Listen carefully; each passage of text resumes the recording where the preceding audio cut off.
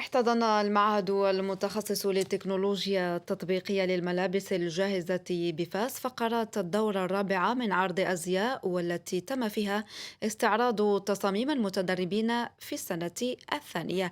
نتابع تقرير لرضوى المستقيم. تحت شعار عرض الأزياء الإبداعي لمكتب التكوين المهني وإنعاش الشغل، التأم بفاس عدد من مهني قطاع النسيج والألبسة وفاعلون من المجتمع المدني وشركاء مؤسساتيون للاستمتاع بعرض أزياء أبدعتها أنامل متدربي السنة الثانية في شعبة تقني متخصص في الفصالة والخياطة بالمعاهد المتخصصة للتكنولوجيا التطبيقية بكل من فاس وصفر ومكناس.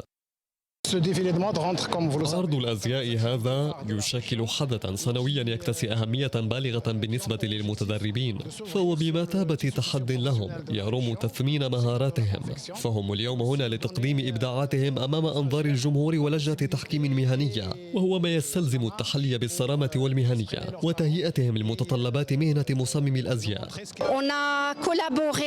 نشتغل بتعاون وثيق مع عدد من الفاعلين في قطاع صناعة النسيج بفاس، ويجري متدربون تكوينات داخل هذه المقاولات، وهو ما يمكنهم من اكتساب تجربة ملموسة في المهنة والتأقلم مع الإكراهات الحقيقية للإنتاج الصناعي.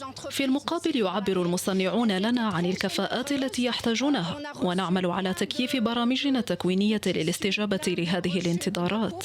التعاون المثمر بين المؤسسة والمقاولات العاملة في قطاع النسيج بمدينة فاس من شأنه تسهيل إدماج الخريجين في سوق الشغل وتكريس الدور الهام للمعهد ضمن النسيج الاقتصادي المحلي.